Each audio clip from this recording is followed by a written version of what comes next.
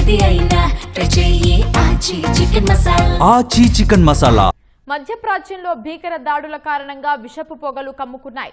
ఇరాన్లో 30కి పైగా ఆయిల్ డిపోలు, ఇంధన నిల్వలపై జరిగిన దాడులు పెను విషాదాన్ని మిగిల్చాయి. ఎటు చూసినా ఆకాశాన్ని అంటుతున్న మంటలు, నగరాన్ని కమ్మేసిన దట్టమైన నల్లటి పొగ కనిపిస్తోంది.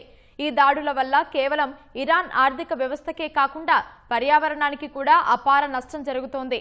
ఇరాన్లో పర్యావరణం, ప్రజల ఆరోగ్యంపై ఈ యుద్ధం ఎలాంటి ప్రతికూల ప్రభావం చూపుతుందో ఈ కథనంలో చూద్దాం.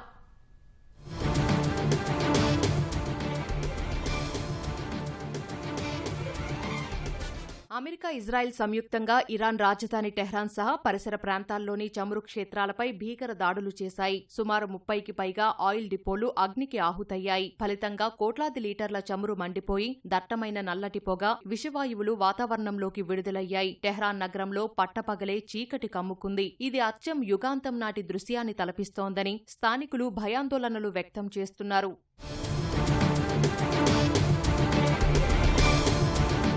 ఈ దాడుల వల్ల పర్యావరణానికి జరుగుతున్న నష్టం అంతా ఇంతా కాదు. మండుతున్న చమురు డిపోల నుంచి వెలువడుతున్న sulphur dioxide, nitrogen oxide, carbon monoxide వంటి ప్రమాదకర రసాయనాలు గాలిలో కలిసిపోయాయి. దీనివల్ల ఆ ప్రాంతంలో ఆమ్ల వర్షాలు కురిసే ప్రమాదముందని ఇరాన్ రెడ్ క్రెసెంట్, పర్యావరణ సంస్థలు తీవ్ర హెచ్చరికలు జారీ చేశాయి. వర్షం పడేటప్పుడు ఎవరూ బయటకు రావొద్దని, ఏసీలు కూడా వాడొద్దని అధికారులు ప్రజలకు సూచిస్తున్నారు.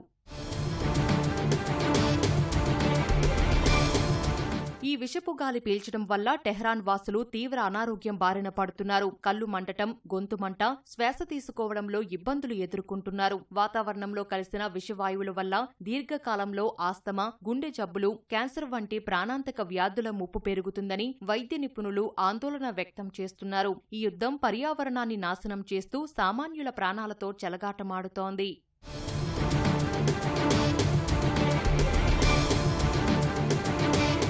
ఒకవైపు యుద్ధం సృష్టిస్తున్న ప్రాణనష్టం, మరోవైపు పర్యావరణ విధ్వంసం వెరసి ఇరాన్ ప్రజలు నరకం చూస్తున్నారు. దాడుల వల్ల కాలిపోతున్న చమురు క్షేత్రాలు ప్రపంచ వాతావరణ మార్పులకు మరింత ఆజ్యం పోస్తున్నాయి. గ్లోబల్ వార్మింగ్తో ఇప్పటికే సతమతమవుతున్న భూగోళానికి ఈ దాడుల వల్ల వెలువడుతున్న లక్షలాది టన్నుల కార్బన్ ఉద్గారాలు పెనుశాపంగా మారనున్నాయి. యుద్ధాలు ఎవరికీ లాభం చేకూర్చవని, అవి మానవాళితో పాటు ప్రకృతికి కూడా మరణ శాసనం రాస్తాయని ఈ విధ్వంసం మరోసారి నిరూపిస్తోంది.